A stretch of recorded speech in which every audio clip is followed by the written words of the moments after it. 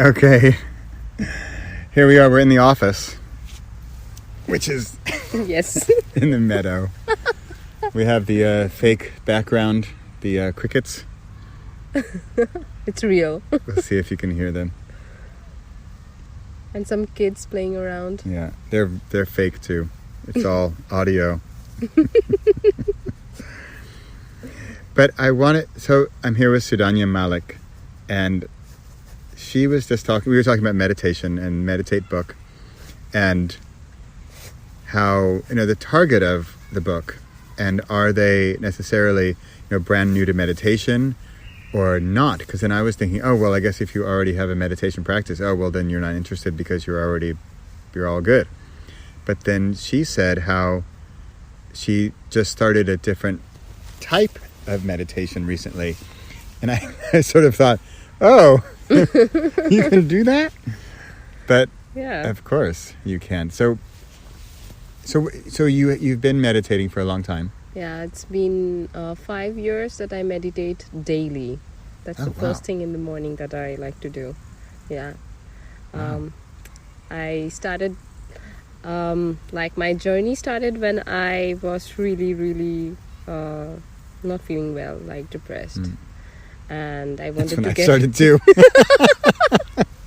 Funny. It's that's I think the most common reason why people start meditating. I think so, yeah. And if you're not feeling well, or if you're always anxious, or if you're always feeling unhappy, but somehow I felt like everything is perfect, but still I'm unhappy and depressed, and that really made me rethink complete life. Like, okay, I have a nice job, I have whatever the society told me to have, a house, a relationship, and blah blah blah, but I was still feeling like incomplete, like super superficially happy. And that's when I started actually with just 1 minute meditation. Just Wow, 1 minute. 1 minute? Yeah, just 1 minute, because of course you don't have the patience to focus for a long time. So I just started with very, very basic for 1 minute. And then when I started, slowly I could build to 2 minutes, 3 minutes, 5 minutes. Then I took a course actually here in Amsterdam on a proper meditation, where I got initiated also on certain yoga and meditation techniques and stuff like that. So since then I have been doing for 20 minutes daily, but sometimes I can easily go to for 40 minutes, 1 hour. It doesn't take much of effort. Yeah. Some days even 10 minutes is also difficult, but with time I see that it's getting better and better. So that's it's as important as me to brush. So that's that's one of the self-disciplines I have realized that you need to have. It's non-negotiable. Non-negotiable. Yeah. To be your best version. It's not for anybody, it's for yourself. And and that made me actually really creative, actually hyper creative. And I started actually writing poems, books, and doing I refound my interest in dance, also with public speaking, and all these kind of things which I always dreamed of, but I thought they are very dangerous to do, and I never had the courage. But then I can give a lot of credit to meditation, that it felt like, hey, I know it is difficult, but I have the courage, and I would give. You said dangerous. What do you mean dangerous? It seems scary, right, to be in the stage and speak in front of 100 people and think what are they thinking, and the whole fear of being judged or criticized, or the feeling who am I to give my opinion, or who am I to talk about this topic, or who am I to even be a specialist, these kind of things. which I would think before. Now, of course, I don't think at all. Sometimes I do, but I feel like meditation helped me get over all these kind of self-limiting beliefs, which I thought that before is not possible. I've never heard of it starting with 1 minute meditation. That's fantastic, because I think a lot of people say, oh, I don't have time for an hour in my newly decorated yoga room of the house. It doesn't exist. But a minute, I mean, we all have a minute. Yeah, and I did it actually while going in bus to my work. That's how I started. Like, I was like, okay, I am not giving any extra time in the bus. I have to sit for 20 minutes. I know my focus is like randomly going around. Let me close my eyes for 1 minute and just try to, focus on one topic, or like just like be aware what's going on in my mind. And because that's the max I could do. I thought so. Yeah. That's at that time, limit. that was the max you could handle. Yeah, that was actually like a lot for that time. And that's the thing about developing any skill. You don't need to be expert on day one. Yeah. You can start like even below basic level, because you make an attempt. At that time, I never knew that I can meditate for 20 minutes or 40 minutes. But now I know that I can, and also the other side is that you can get addicted to it. Some people do. Yeah. But for me, it was like a way to recharge my mind always. And then I have been doing it regularly, and that really made my awareness higher and higher. And then I started exploring more books and techniques and like things on like meditation techniques, which will just expand my perspective. And if something resonated, I definitely tried it once in a while or something. And that's the thing with learning a skill, right? You want to be better and better and better. Yeah. So yeah, but if 1 minute can already give you positive effect, then you think, oh, I want to get better at this. I want to do more of this. Yeah, exactly. Wow, that's really exciting, because I think so many people I talk to, they just, I can just see it. They're like, oh, I don't have time for this. Yeah. But then what's hard to get across is, you're going to get back any time you put in, like double. Yeah, or and more. actually, like, I really recently read a quote from Ariana Huffington, who may be the most busiest woman in the world. Yeah. So, and she actually said, and actually I also feel so, that if you are busy, that's even a bigger reason to meditate. Yeah. Because by investing that 20 minutes, you're actually freeing up much more time in your whole day than just being randomly busy the whole day. Yeah. Because you have much more focus, you are much more productive, you have much more clarity on the things that you want, and also what's important for you. You can be doing very like a lot of things, but maybe it's not helping you to be happier or achieve your goals. You're just keeping yourself busy so that you don't still your mind and face your own, emotions. Yeah. There are so many tangents from meditation. We've been talking for 10 minutes or something, and I have to like narrow myself to not go off on 25 different topics. But one topic I did want to talk about was how I didn't even know you started with 1 minute. That's really, I mean, we could stop right there and we're already good, because if somebody said, oh, you can only do 1 minute, I didn't know that. How do you do that? Let me do that, and get somebody started. That's already good. But what you said intrigued me. Was you said you've been meditating for 5 years. Oh, and recently I've been doing something new. Yeah. And I am guilty of doing the same thing over and over. Yeah.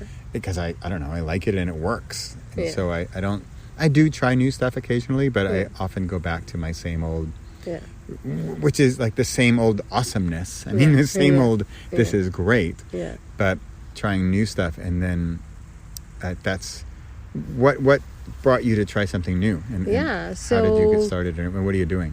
So I always I'm kind of a learnaholic also. I kind of love to learn a lot of new things and like read new things. And recently I read a book by Vishen Lakhiani. He's the founder of Mind Valley, and he has this really cool online personal growth platform. And I read his book recently, and he spoke about again a lot about meditation and stuff like that. And he has this 6-phase meditation technique, and I thought that let me just try it. And I knew about it like many years back. Actually, it was not something new. But then I after hearing his book, The Code of the Extraordinary Mind, there was a section on forgiveness. And that section was so brilliant, that how much resentment we hold in our hearts for ourselves, for the people around us, and for our loved ones. And it's not more about them, but it's actually more about you, and that is bringing you down and making you actually not be your best self. So you are not exploring your potential to the highest.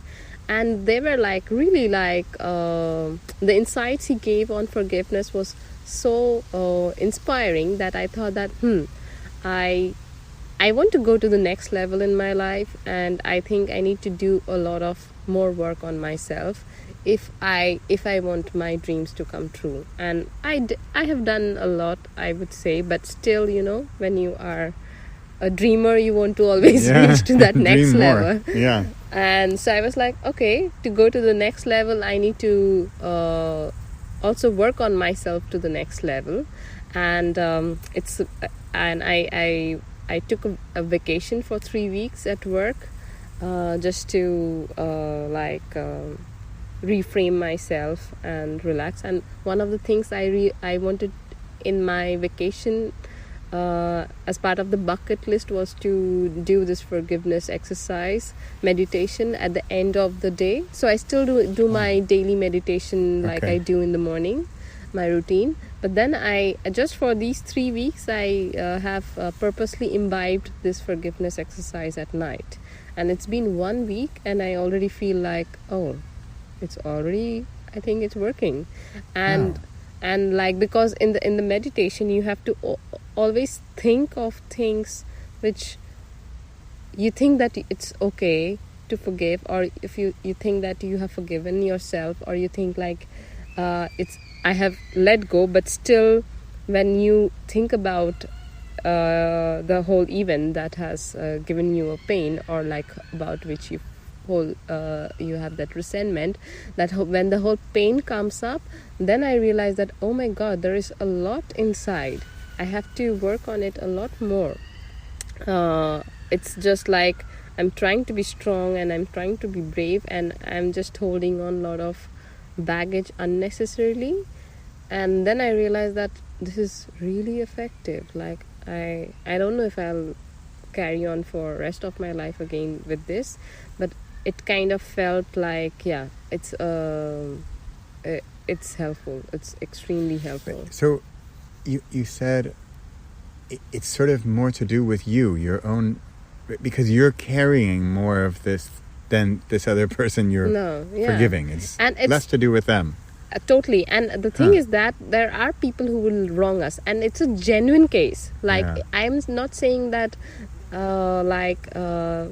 some people get offended even with nothing. I'm not even saying that. There are cases where people genuinely do injustice to you. And then it's very hard to forgive them, because they have done something really wrong to you. But the main pain that goes through is in your heart. It's like you cannot forgive that person, and hence you can never get over trusting a person, like maybe on that topic, or with your relationships, or maybe with yourself. In general, you have this distrust towards humanity, that if this person can do to me, then in general, these kind of people coming from these kinds of backgrounds with a similar country, and you start stereotyping, and maybe unknowingly you are judging people. and you are keeping yourself away from a lot of opportunities. So especially in those cases where people have really genuinely wronged you, to forgive to forgive that person is actually very much healing to you. Yeah. Okay. And also to forgive yourself also, because of course you are realizing that how stupid I was 10 years back, or how stupid I did to somebody else, or how rude I was to my parent during that day. And that's why you are judging yourself and also criticizing yourself constantly. And also to forgive yourself, to be a bit less harsh on yourself. That also relieves a lot of the energy that you hold within. Yeah. So I felt like, this is like time to time I would like to do this kind of new techniques which reveals that, oh, I never knew that I had this burden in me. I see it like I'm not a musician, but I know enough about music to know that if I can play the piano, then I can play the violin more easily because I can read music, for example. Yeah. And I think with meditation, because you're an experienced meditator, you say, oh, look, there's a new meditation practice for forgiveness. You say, oh, I can try that. Mm-hmm. And I think you're maybe more comfortable than, hey, let's just go give it a go and see what happens. And that's pretty cool. But so on that note, I think then if you're new to meditation and you're coming in, and first of all, if you think I can do it a minute a day, there's no reason not to. But then once you get more practice, then you can find what works for you and what methodology or somebody to follow or some type of meditation. Then that it doesn't matter. Yeah. That's, I think, also what I'm trying to do here is also not say you have to do this kind of meditation and you have to do it every day at 6 a.m. and for this amount of time or whatever. Yeah. But just anything. I think it's just such a good thing in general that I'm just such a I think it's so proponent. Basic. So basic, but most people don't do it, I think. Yeah, it's how we have built the society. Like 100 years back, showering was also not basic. Right. So it's time. The showering is still not basic for my son, really. So you see, we haven't completely evolved. Wow. So I think like it's high time that, and that's one of the work that I want to do also as part of my contribution to the society, is to bring more awareness on this topic and also to give my contribution to make it basic, really basic. Yeah. Accessible. And also, approach big social forums to actually create more awareness and, rules around this, because one of the biggest disabilities that we have in today's world is actually mental health. Yeah. And if we do something as basic as meditation, so much of the world pains, so much of the world issues will be just resolved. Yeah. We don't need to invest so much of money on army and weapons and all these things. If we just have this basic care towards our own self. Yeah. We are so powerful. Okay, so on that note, we have to close this because we just went from 1 minute in the bus to solving all of the world's problems. So, and we did that in whatever number of minutes here. But the reason I want to stop is because I think there's so much more to talk about. Yeah. And there are so many tangents we can go off on. Yeah. And as I also really try to do in my books and our summit. By the way, Sudhanya and I don't know what time you're going to hear this, but in October of 2020, we are doing an online summit for create and creating. Yes. And ideally, we will also have one on meditate at some point in the near future. But for now, we've got a minute in the bus and we're already solving all the world's problems. So I think things are going pretty well here in our office meadow. Yeah. Hopefully you can hear some of the crickets, and I will not edit those out. And thanks so much for being here, and we will talk again soon. Thank you so much, Bradley. Oh.